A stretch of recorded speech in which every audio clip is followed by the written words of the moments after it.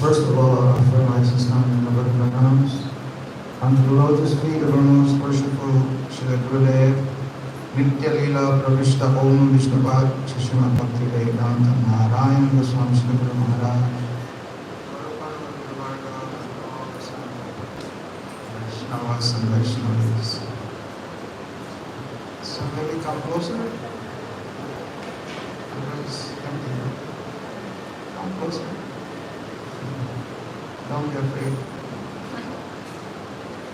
Unfortunately, Prabhuji, you cannot come, so you have to bear with me. Today is the disappearance day of Bhakti Goswami Maharaj. Also, if you look at our calendar, also Bhakti Sodava, Bhakti Goswami Maharaj. So we can take this opportunity to speak about them. Really, Prabhupada's family very big. And yeah, we have served Prabhupada, we have established all the different centers, is teaching the teachings of our Goswamis. So they are really part of our family. We never consider them like all their friend group. So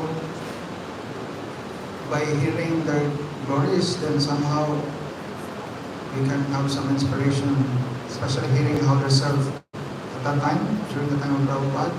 These dancers were helpful. So this is very auspicious for us. We can start with Bhakti Goswami Maharaj. Actually, what is that? Maharaj, he has written, he has given many classes about the different disciples of Prabhupada. What is his name? And they compiled this in a book. This My Divine Masters.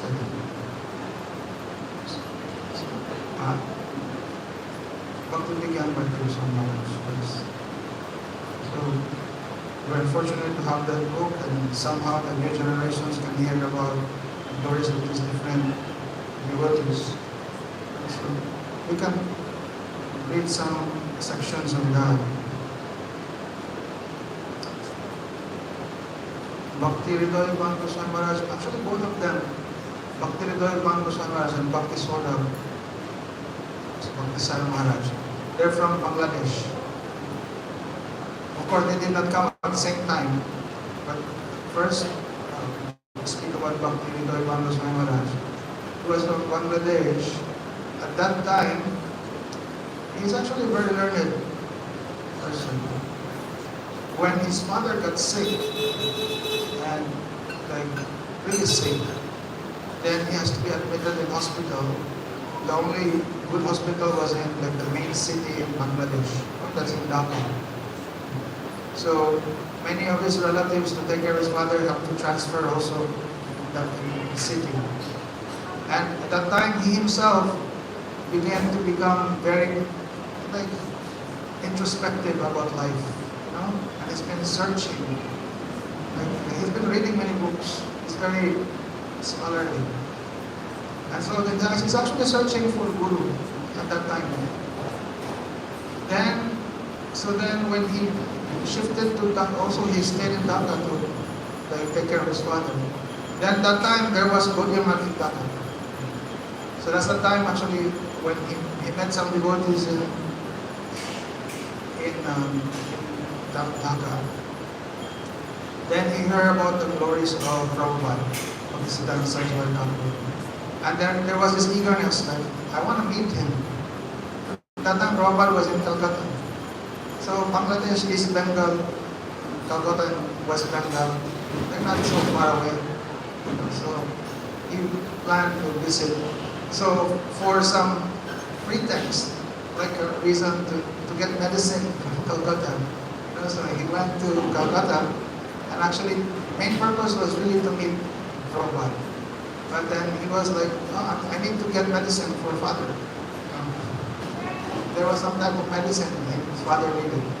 And so then when he was in Calcutta, then he went to the Gaudiya there. Met Prabhupada. He was very attracted. He didn't want to go back. Actually, he stayed. He sent the medicine with someone else, but he stayed. And from that time, like when you become attracted, and then the more you hear, especially the caliber of Prabhupada, then the more you want to stay. So therefore, he actually expressed his desire. I want to stay in the mat. I want to become your disciple. But it's like a standard, no? You just don't give.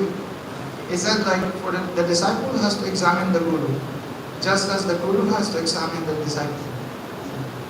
So Prabhupada also not immediately accepting him. He's been searching and he's really convinced Prabhupada is my guru.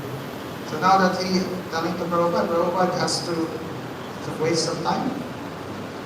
So Prabhupada, he just requested him, you write an essay. Like, so you've been here for a few months already, hearing. Write an essay about, appreciation of what you learned. And he wrote a very nice essay. It's entitled, Atmiya K. I think something. Let me see.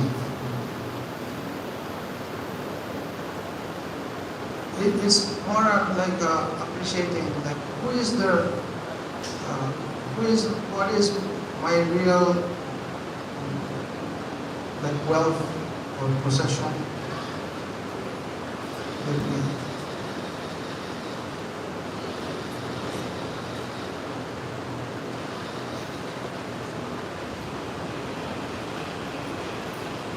Yeah, it is entitled Atmiyake, who is one's own. Who is one's Atma? The Atma means your very own. So for many people, Atma can be the body, Atma can be the mind. But here he's explaining about Atma meaning the real self, the actual soul. So when Prabhupada read, then Prabhupada appreciating like, wow, he really absorbed. Like in a short time, he has really learned deeply our philosophy. Even Prabhupada requested that his article be published in their magazine. That time they have, which magazine was that? Because that time they already have many magazines. They have even daily newspaper at that time. So, but here it was published in the Gaudiya. The Gaudiya is a weekly. Yeah, this is the weekly magazine. So, his name before was Narendra Bandhav. That was his name before. So then, when Prabhupada read his essay and even appreciating so much and telling, publish this in the Gaudiya, and it was published. They have the date here, 1924. Then he was, in a short while, immediately, Prabhupada accepted him, giving him Diksha, giving Harinam Diksha. This was published 1924. And from that time, very nicely serving. Especially, he said he has this, he's very good speaker.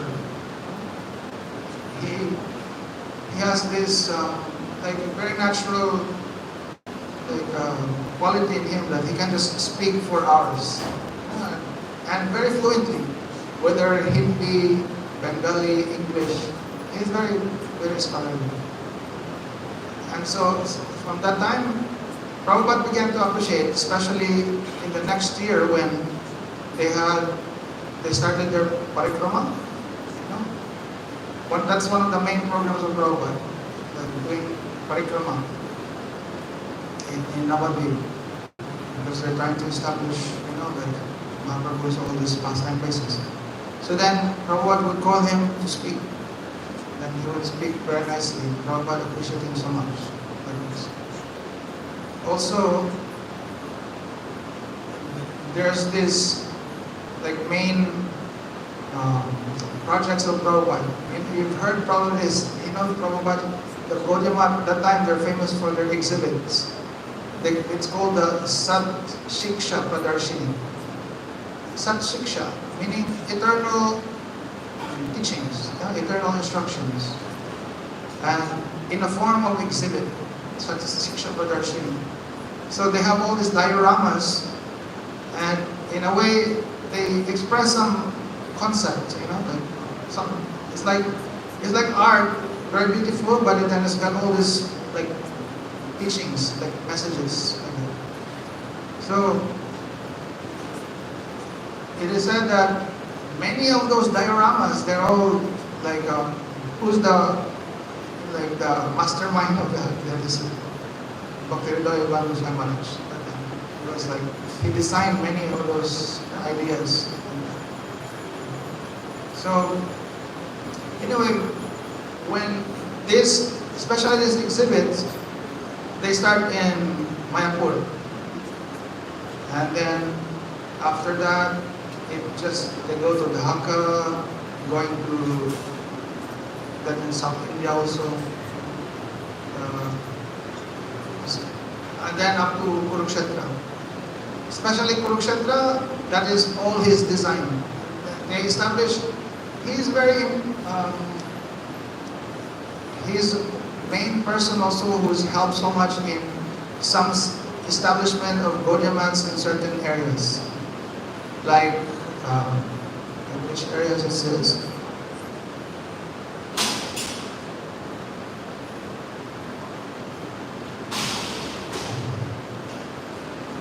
There's in Chennai,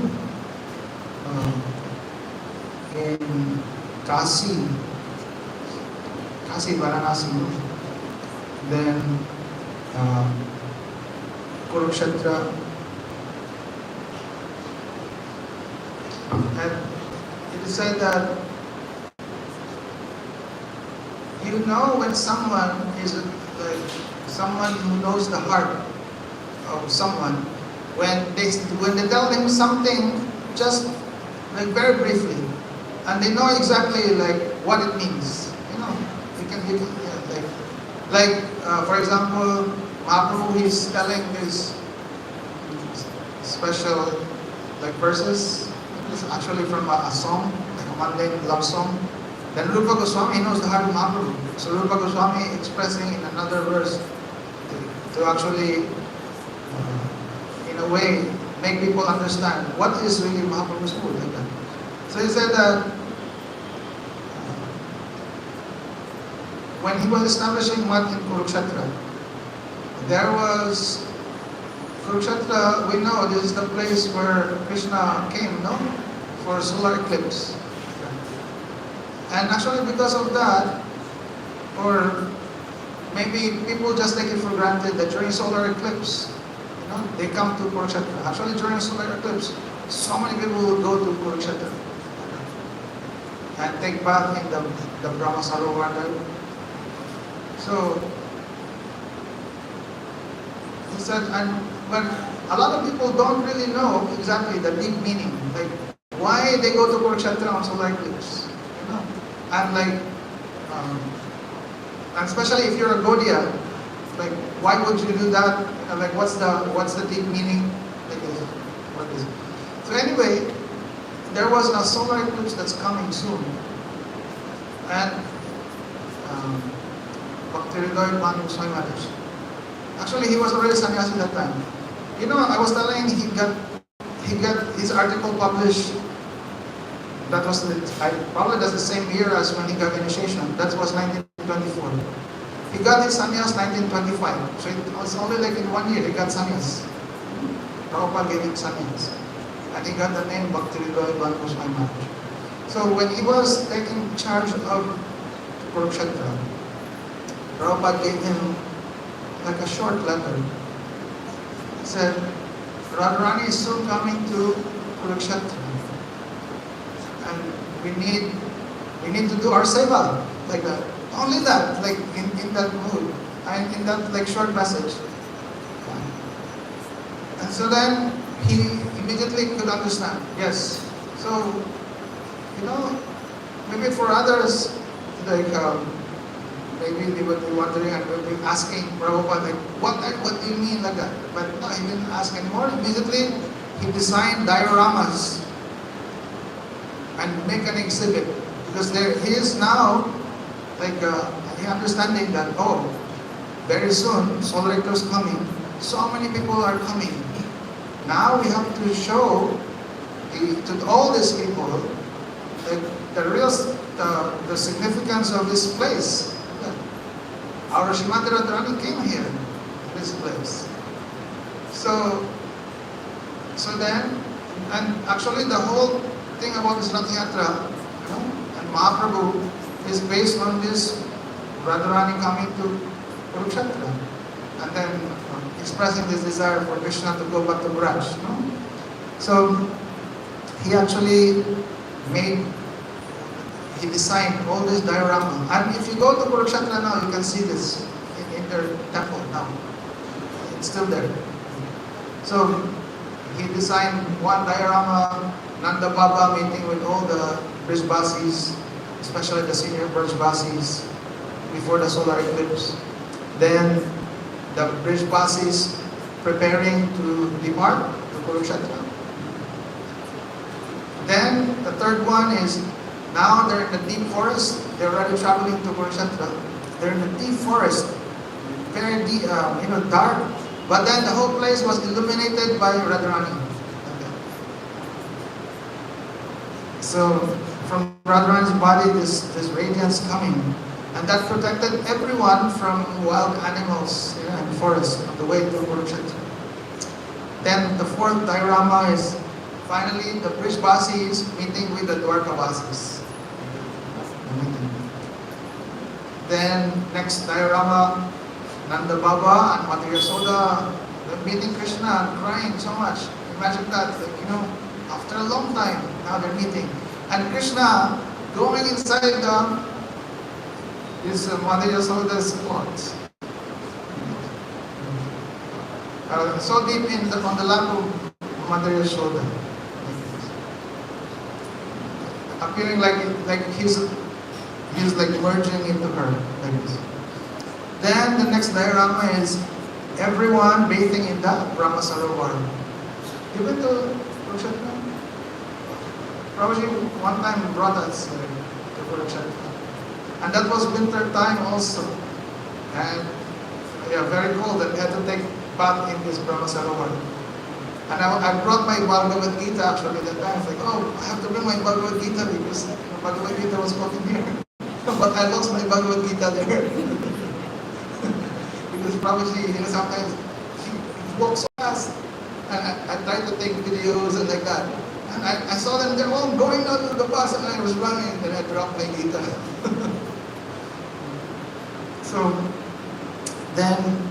So that's the next diorama, everyone bathing in the Brahma Sarovar on the day of the solar eclipse. Then the next diorama, all the queens of Dwarka, they made a proposal to Narad Muni. Narad Muni, he is very well respected, so that they want to give donation to Narad Muni. He said, we want to give you like gold, same weight as Krishna, like that. So they made that proposal. Because on solar eclipse you have to give charity to sadhus. So then on the queens in Dwarka, it's like, we will give charity. And okay, they said, like the same weight as Krishna, the gold, to Narad. But then Narad challenged them. If you cannot do that, I will take Krishna away from you. Like this. And so then the queens of Dwarka, then in the next diorama, the queens of Dwarka, with pride, they accepted Narad Muni's proposal. But then, they were not able to equal the weight of Krishna. putting so much gold, you know. So I don't know how the diorama, because actually I didn't know that there's all these dioramas are there. So we have to see now. I think they have this like a weighing thing, and then they're putting so much gold already, and still Krishna is up, down. You know, the gold is still down. And so then now they're in anxiety. Then the next diorama, the queens of Dwarka now crying because they could not fulfill their promise, no? And so the Narad Muni would take Krishna away. So then in the next diorama, it shows Mother Rohini advising to bring the gopis in the assembly, headed by Radharani. Like this. Then in the next diorama, then you can see Radha took away all the gold that the Dwarka queens put, and only put one tulsi with the name Krishna on the like other side of the weighing scale. So that's the one. Radha replacing all the queen's gold with a single tulsi leaf on which she had written the name Krishna. Then in the next diorama, the tulsi leaf outweighing Sri Krishna. And here, because now you're just showing, along with this, there's all these labels, but there's also all this, like one brahmachari would explain. So this is like some art material, and then it's like a lead to a whole discussion, like even Harikatha. So here now they would explain that, what's the teaching here? That Krishna Nam and Krishna none different. And so with that Nam of Krishna that she wrote on the leaf, that itself was the weight of Krishna. But then because of the leaf, then it's heavier. Because of the tulsi leaf, then there's more weight. So that's how like Narad Muni cannot take away Krishna. Then the next diorama now, it says Krishna meeting with the gopis in a secluded place. And that's because Krishna pretended to be sick. Then he meeting privately the gopis. And of course, they would, the one doing the exhibit, he would tell all the Harikatha what they were speaking about, their conversation. Then next diorama would be Sri Radha complaining to Krishna. Like, meaning she was not satisfied, saying Krishna, you're not the same person, like that. And Krishna trying to pacify Radharani. Then next, the gopis demonstrating the insignificance of Aishwarya in the face of Madhurya. So that is in the next diorama. Then, next diorama is the weeping of Shri Radha and Shri Krishna. And the next diorama, the gopis pulling Krishna in his chariot back to Vrindavan. And so this is like now the mood of Rath-yatra. Then is putting as next diorama Chaitanya Mahaprabhu, manifesting this mood of Shri Radha while dancing in front of Jagannath. So that's in the Rath-yatra. And then that's now up to whoever's the person is explaining the diorama. He would explain about all these verses that Mahaprabhu would recite.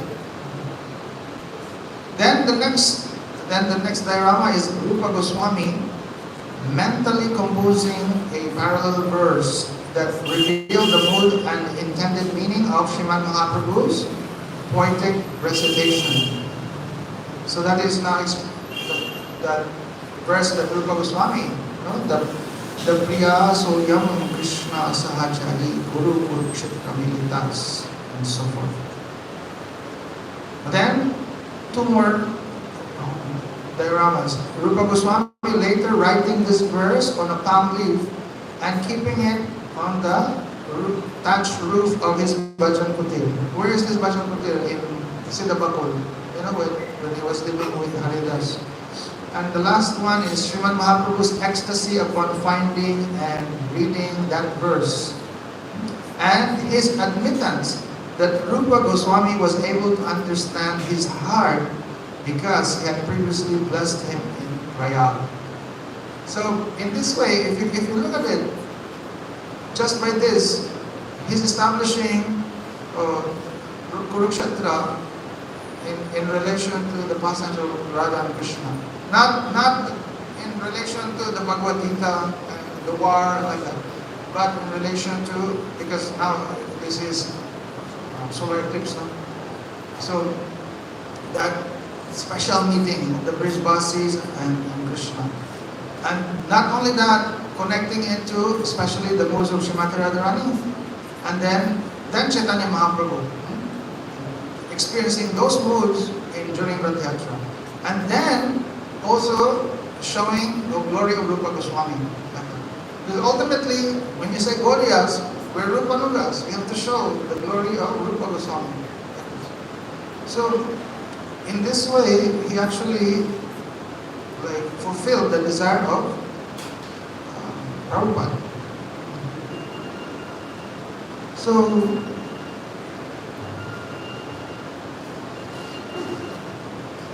So Prabhupada actually gave him a title, Bhakti Prabhar. Bhakti Prabhar means the best of orators, because he can speak very fluently and he can speak for hours without any problem. So when at one point, and this actually happened, you know Rabindranath Tagore. Yeah, Rabindranath, he actually got a Nobel Prize. You know? So he's also a friend of Bhaktivinoda Thakur. He met with Prabhupada after he got the Nobel Prize. He just came from the West. And then Prabhupada actually told him that I want to send some preachers to the West. He said,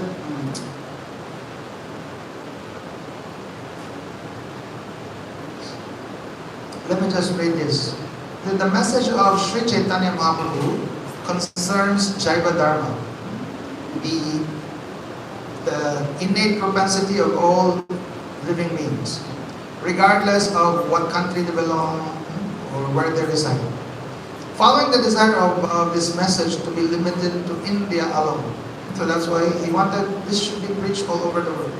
That's also the desire of Bhaktivinoda Thakur. Thus, he met with Sri Rabindranath Tagore, who had recently returned to India after receiving a Nobel Prize in the West. And he asked him, in your opinion, to which Western country should we first send preachers to spread the message of Chaitanya Mahaprabhu? Then what did he say? Rabindranath said, none. He said actually none.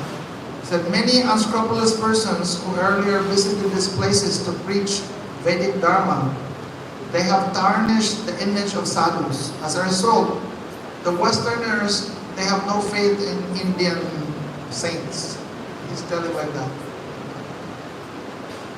So then Srila Prabhupada explained to him Sriman Mahaprabhu's message. And in particular, he actually explained about all these sahajiyas, Prakrita sahajiyas, that's tarnishing the name of, So in a way, he's telling like we are not like them.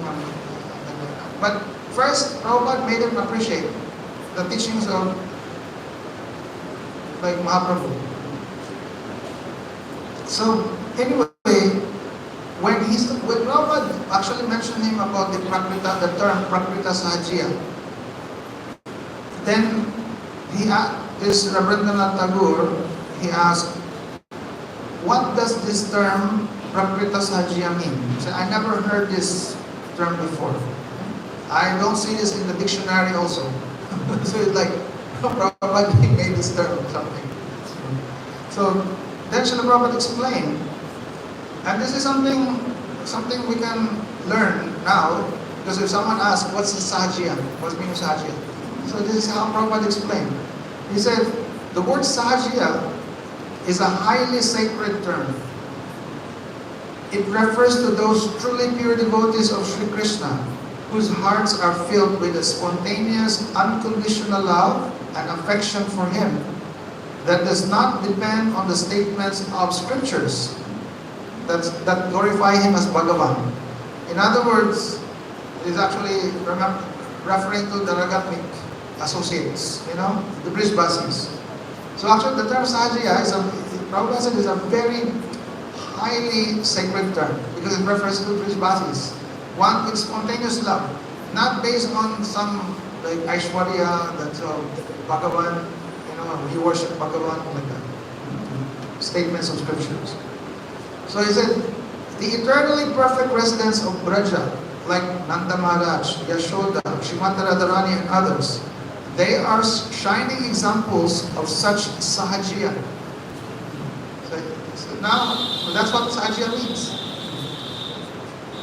Nowadays, many unqualified, conditioned souls try to imitate the moods of these transcendental personalities. How? By deceitfully imposing such moods on their own character. So now we're talking about certain people, imitationists. They don't have this mood, but externally or to cheat others, they're trying to show. So Prabhupada said, therefore, I use this word Prakrita Sahajya to refer to such persons because the prostitution of words, that is grossly misrepresenting the true meanings of words in order to support one's vested interests, has now become common practice. Did you get that? Yeah, it's like Prakrita also meaning Prakrit. What's Prakrit? Meaning now in this material situation, like this. So they pretend to be. Let's say what the Prakrita Sahajya are doing.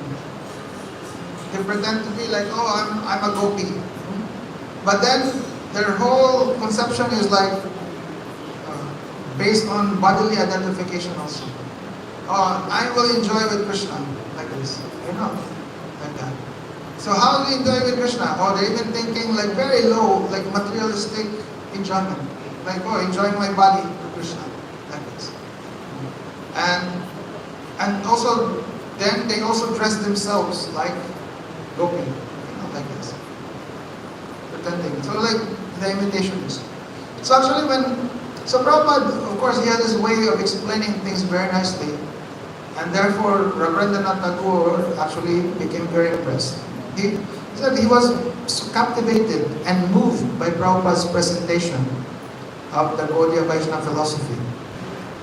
So, therefore, he said, it is only if you yourself visit the Western countries that great success in preaching will be assured. So he himself telling, because before he said like, no need to go there, like that. But he said, but now after hearing Prabhupada, it's like, okay, only if you go, then you'll be successful. But then Prabhupada replied, if I choose to send someone, it will be someone equally as qualified as myself.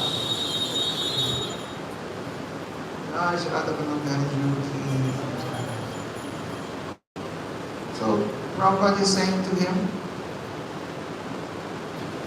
so Srila Prabhupada was so proud of his worthy disciples' accomplishments that he resolved to send them across the oceans to the west. Thus he determined to send, actually the first two devotees he wanted to send was Srila Bhakti Maharaj and Bhakti Madhav Maharaj. If you see Bhakti Maharaj pictures, you know, very handsome. And so when actually the many devotees, when they hear like Prabhupada sending them, immediately there's a group that they protested. You cannot send Madhav Maharaj like that. Like expect them, you know, all this Western who has no this idea of this like celibacy culture like that. And like no, he's also very young like this. So no, send him. So Madhav Maharaj he was sent. But Madhav Maharaj was not sent, and instead of Madhav Maharaj, a very senior devotee, that I think that is Tirtha Maharaj. Yes, Bhakti is Tirtha Maharaj. No, not Bhakti Vilas. Bhakti Pradeep Tirtha Goswami Maharaj. So then, when that time has to coming soon, you know, like he would send Bandhav Maharaj. Prabhupada arranged for nice cloth and everything. Bandhav Maharaj is also very renounced, you know, and Prabhupada knows that. So he asked Paramananda Prabhu, he's like manager of the month, buy special shoes for Bandhav Maharaj. So then he bought these shoes, like that time it's 32 rupees. 30 rupees, that's so expensive already. Like that, compared to now, you cannot buy 30 rupees for shoes. So, that time, that's very expensive. And when he brought the shoes, Prabhupada saw, then he said, okay, give this to Bandhav Maharaj and tell him to come here wearing the shoes. So, Prabhupada ordered that. Bandhav Maharaj has to follow. And then he came, then Prabhupada said, what did he say? He actually said, today your renunciation has achieved perfection.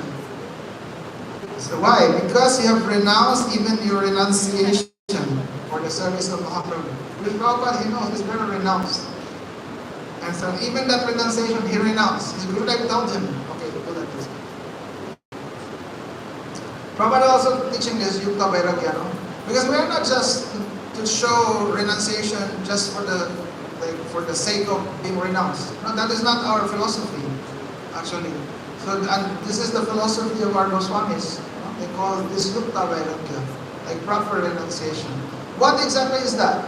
Meaning, you utilize everything in the service of Krishna. That's it. That's real renunciation. Whatever comes to you, you accept, but without attachment. You accept for the service of Krishna. So Prabhupada at that time, many would criticize him also.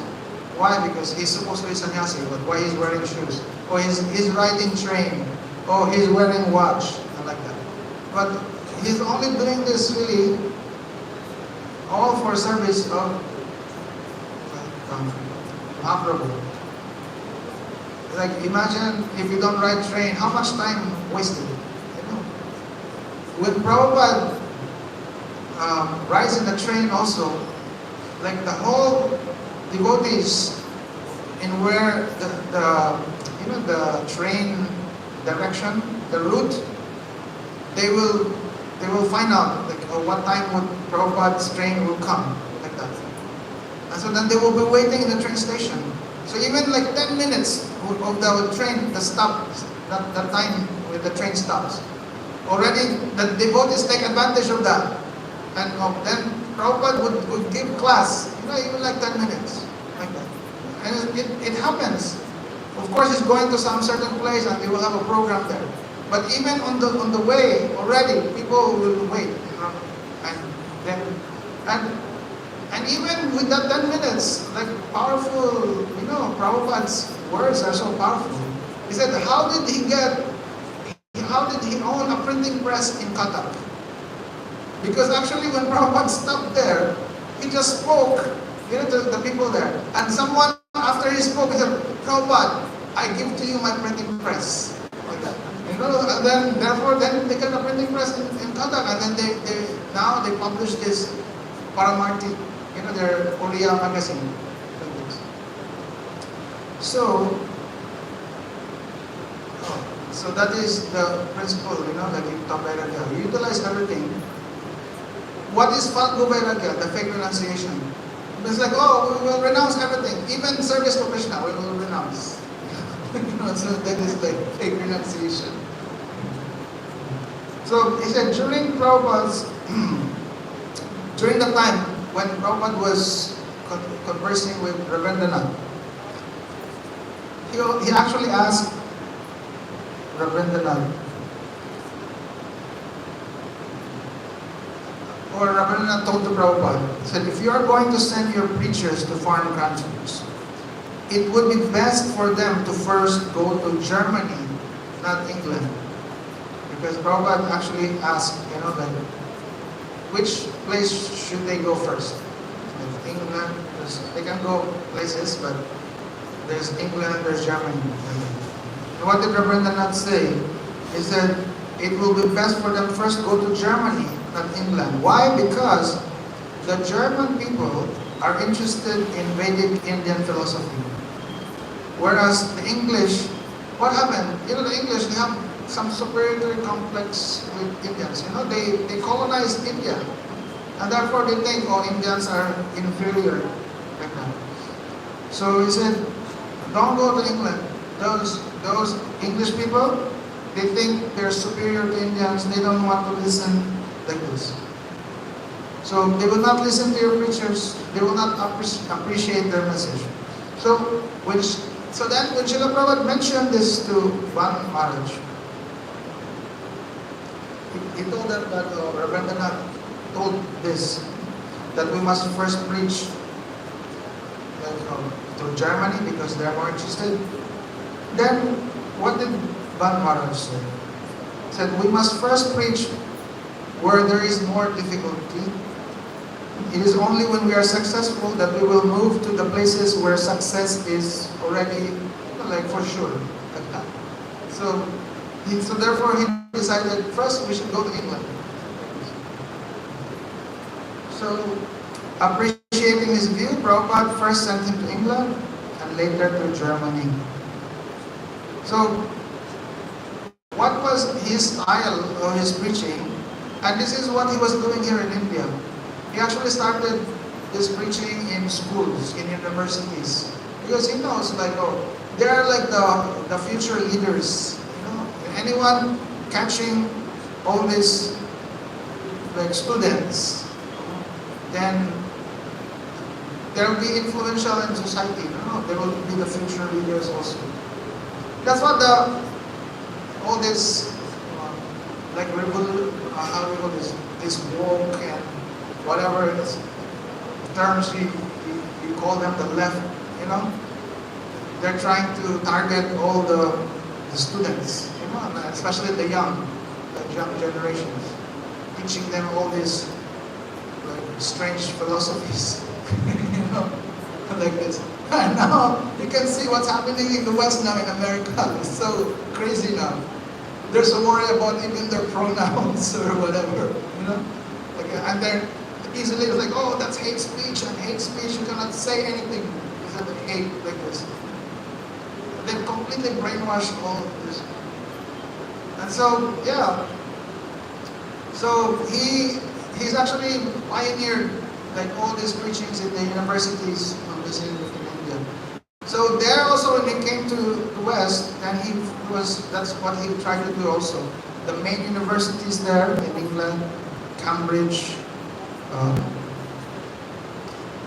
Oxford, there's Exeter, and some other establishments in London. And he said at Oxford, he was only invited to speak for 15 minutes. Actually 15 minutes, not so long. Like even here, when Prabhupada asked you to speak, 15 minutes, like, oh my God, it's so difficult. How much time can I speak for 15 minutes? Like that. So he was only invited to speak for only 15 minutes. But in that brief period, he impressed so much his audience that he was invited to Buckingham Palace to be in the Royal Assembly like this. So, and he said with the grace and permission of Srila Prabhupada, Bandhav Maharaj, he established the London Gaudiya Mission Society. And during the inaugural ceremony, chairman was the Lord Zetland, the Secretary of State for India. So,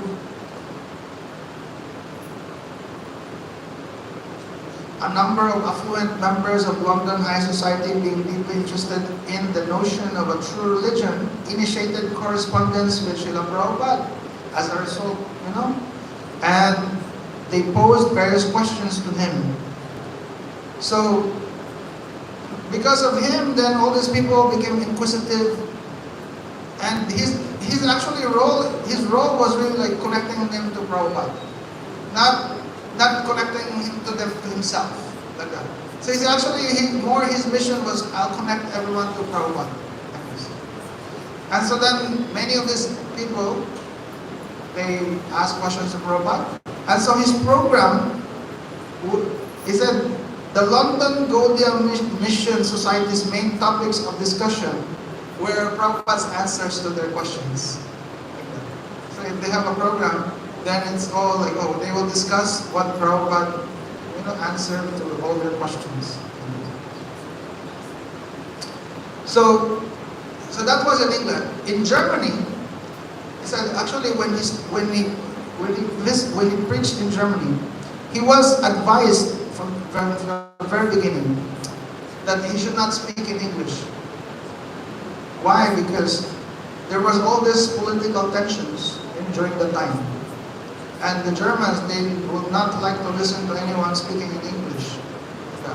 So he said, like, it's either he can speak in Indian language and have a translator, so a translator will speak in but that would be so difficult because especially for us, we have our own terms, right? Imagine, you cannot just have any translator and expect them to speak about easily the philosophy, They have to know the philosophy also. So when the suggestion was that it's either you speak in your own language and get a translator to Germany, or you learn German and speak in German, like that. So then he chose the second one. So I'll just learn German. So in 6 months, he learned German. And then he gave classes in German. That's how the intelligent person. So, after some time, we know he brought the first Western, and they became the first Western disciples of Prabhupada. Later, one became a sannyasi also. No? He became Sadananda Swami.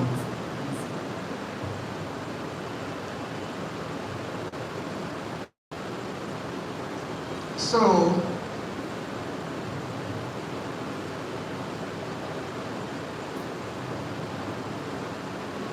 but it's not only he went to Germany and England, he went to many places actually. To America he even went twice, then many places in Europe, Austria, Belgium, Holland, Denmark, Sweden. Okay. So aside from all these travelings, we know he has contributed also to the field of books. So he has written this probably the first English translation of Bhakti Rasamrita Sindhu. Translated it. And that time also he made commentary for this Bhakti Rasamrita Sindhu. And of course he said after Prabhupada's disappearance, then he was more independent because that time there was all this fighting. Didn't want to get involved. He was more independent. He focused more on writing books. So he wrote books in English, Bengali, and also Hindi. So some of the books, maybe you've seen some of these books. There's Vaikuntha Pathe on the path of spiritual realm. He had this book, My First Year in England. There's a book, The Pain of Separation, which is actually maybe in Hindi or Bengali, Viraha Vedana. Then Gita as a Chaitanyite reads it. So this is Bhagavad Gita.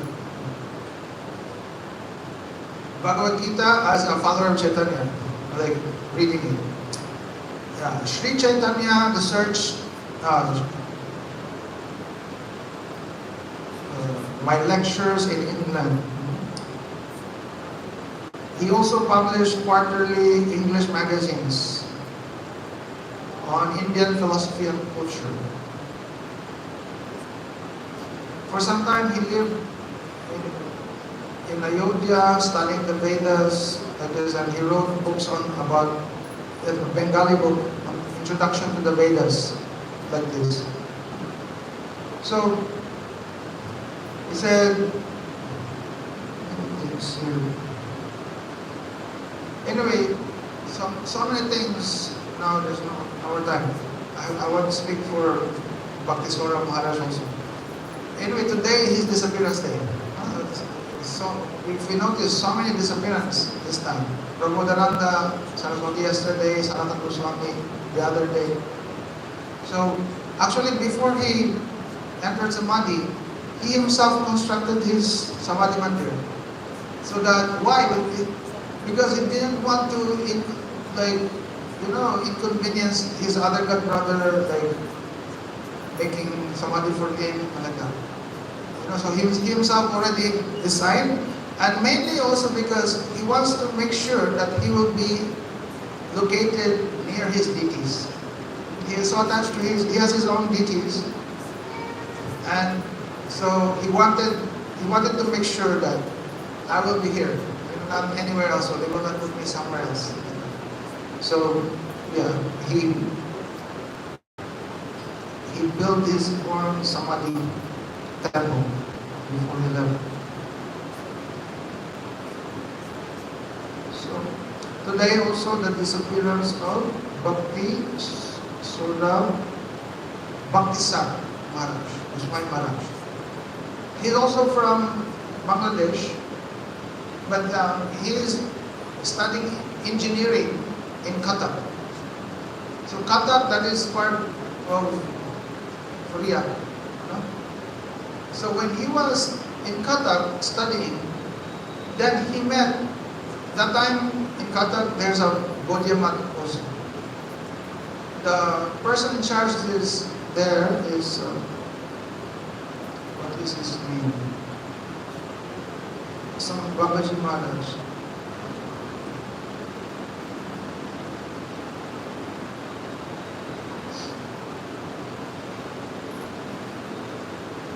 His name is Braj Bihari Babaji Maharaj. He's a very simple devotee. He's not like very scholarly devotee.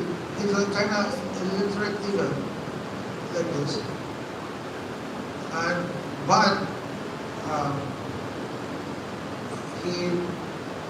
he manages like the temple, and every day he would give Chaitanya Charitamrita classes, and he would tell whoever listens to him that, oh, I'm not very scholarly, but I will do my best to deliver to your ears the teachings of my Guru Maharaj. Whatever my Guru Maharaj has taught me, these things I want to deliver to you, as purely as possible. So, although he may not be very scholarly and quoting all these scriptures, but a lot of even very well-educated people hearing him and acknowledging how sincere and how devotional a person is, they actually become inspired, to follow Prabhupada. So he's one of them also. That time he was engineering student, and he became so impressed by this Babaji Maharaj. And so then he also desired to meet Prabhupada. So then, that's why later on he told to his father, I want to meet Prabhupada. His parents actually are very good devotees.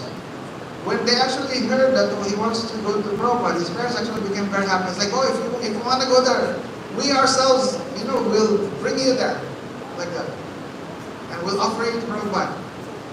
And so then they become very happy. And so then they scheduled the father, mother, and him. They went to Prabhupada. And that's how, like, Prabhupada accepted the three of them together. Give them initiation. So, this is their fortune. And his father himself encouraging him, like, okay, you're very lucky. Like, now, you perfect your life. You can forget me, forget us, just serve Prabhupada. And therefore, he stayed with Prabhupada from that time on. That was in the year 1930. So, when Prabhupada gave him initiation, his name became Nani Gopal Brahmachari. His name before was Nanda Dulal. So, his name became Nani Gopal Brahmachari. Then, first service he was appointed to was become one of the teachers in Bhaktivinoda Thakur Institute. That's in Mayapur. And then he joined also, along with that role as a teacher in Bhaktivinoda Thakur Institute, he also joined in the editorial team for the daily newspaper. They have the daily newspaper, the Dainik Nadia Prakash. This is, the main editor is Bhakti Pramod Puri Goswami Maharaj. So then that's how he was serving during the time of Prabhupada. That's 1930, so not very long after Prabhupada disappeared. So when Prabhupada entered Samadhi, Nandi Gopal Brahmachari, he remained under guidance of Bhakti Saranga Goswami Maharaj.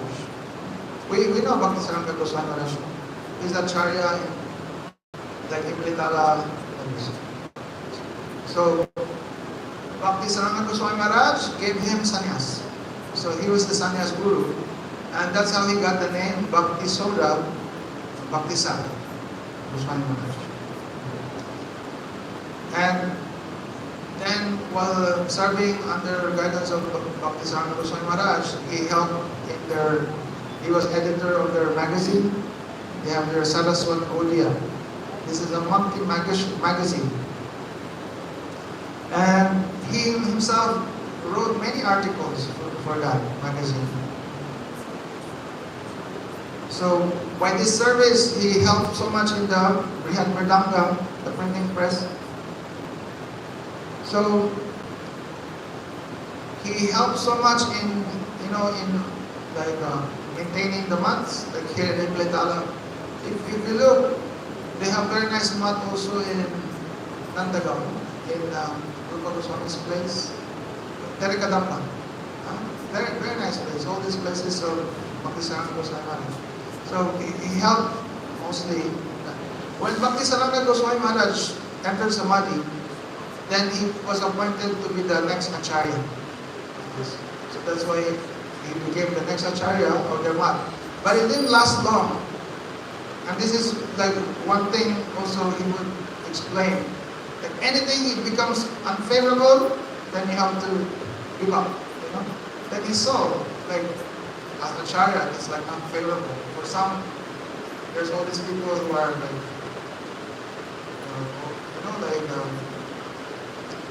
they're not favorable, or they're causing maybe some protest or whatever. So, okay, then I'll resign. So then he just resigned. He sees anything, he's not attached to any position or anything. He's showing that example. Because whatever it is, you can serve. He said, I can serve Prabhupada in many ways. So if something is not favorable, I can give that up. So he gave that up. He gave his resignation to some concerned parties. And then he continued his service in a different way. He established his mat in West Bengal. Later on also, in Mayapur, one god brother gave him a piece of land so that he can make also another temple there. And actually what happened, he accepted that. But even before he can start making a temple, some squatters, like some from Bangladesh, I think, they squatted, they took the place under some protection of some police. So then, for him also, like, no need, like, he's not attached. And he was ready to give it up. But then his god brother, Krishna Kesha, who was actually from Chaitanya Gautama, like, no, you cannot do like that. Then he contacted, he asked actually Bhakti, to get Bhakti Maharaj. Like, what can we do?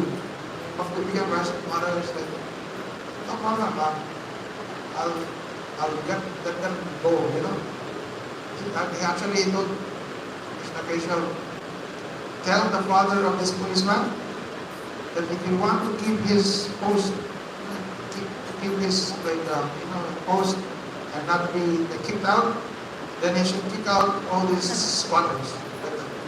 Otherwise, like, we'll make action, we'll report him to the case. So he threatened actually in a very strong way.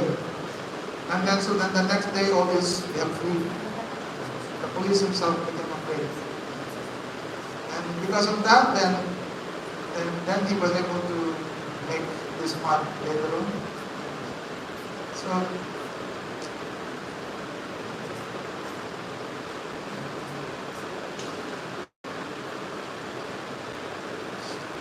through his example, his personal example, Maharaj established that the sadhak must give up all that is unfavorable for practice of bhakti.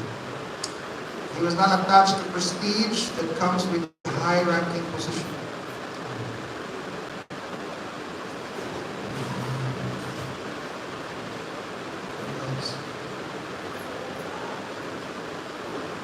One thing he would tell to many devotees, that during the time of Prabhupada, we'll end with this now, it's time. That during the time of Prabhupada, he actually posed a question to his god brothers. He was telling that according to our capacities, we are serving in many ways. Brahmacharis, they're serving in some ways, they have practical seva. Sannyasis, they're serving in certain ways. Everyone has their different fields of services. From morning till night, so many services there, they engage. So not only that, Prabhupada also has Grihastha and Vanaprastha disciples. All perform different services. So, he asked the questions, is there considerations of superiority and inferiority to apply in the activities of service? Meaning, like, which service is considered most exalted? Which service is the topmost? Like that. So that is his question. And usually, most people, maybe he's asking this question because he can see some people that are doing seva, they have that pride. Really serving more than you, like that, like this. Like, I know during that time, there's also like two groups. There's like the publication group, they're doing books. So we have Mridanga, like we're doing the best service.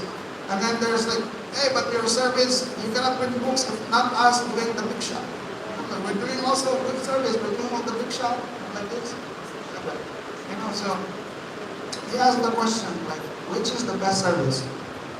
And I said, actually, there was a whole extensive discussion, but they could not really come to like an actual conclusion. Like very solid conclusion. Therefore, they relayed the question to Srila Prabhupada through Paramananda Prabhu. And what did Prabhupada say? And this is like what he would always explain to everyone. Because Prabhupada, he only said one sentence to answer that question. They took them a long time and deliberating, and then they could not get like a solid conclusion.